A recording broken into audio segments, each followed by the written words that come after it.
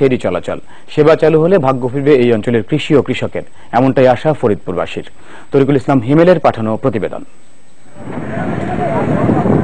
কৃষি নির্ভর চর ভদ্রাসন ও সদরপুর উপজেলার যোগাযোগ মূলত নৌপথকে ঘিরে।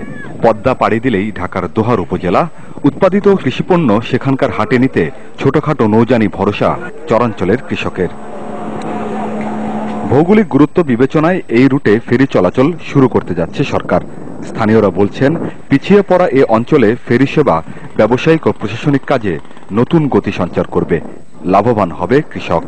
কৃষি পণ্য যে আমদানি করা, রপ্তানি করা, এই ব্যবস্থাটা হচ্ছে হলো খুব দ্রুত এগুলো সরবরাহ করতে পারবে। নৌকা বা ট্রলার যোগে নিতে গেলে অনেক খরচ পোহাতে হয়, অনেক খরচ দিতে হয় কৃষকদের, যেখানে তারা এই খরচ দেওয়ার পরে তারা ন্যায্য মূল্য যায় বা কিন্তু তাদের লাভের অংশটা অনেক কম হয়। অ্যাম্বুলেন্স নিয়ে যদি কোনো রোগী ঢাকায় যেতে হয়, সেক্ষেত্রে পাটুরিয়া অথবা মাওয়া, এছাড়া কোনো বিকল্প নাই। সেক্ষেত্রে অনেক মানুষের জীবনের ঝুঁকি থাকে।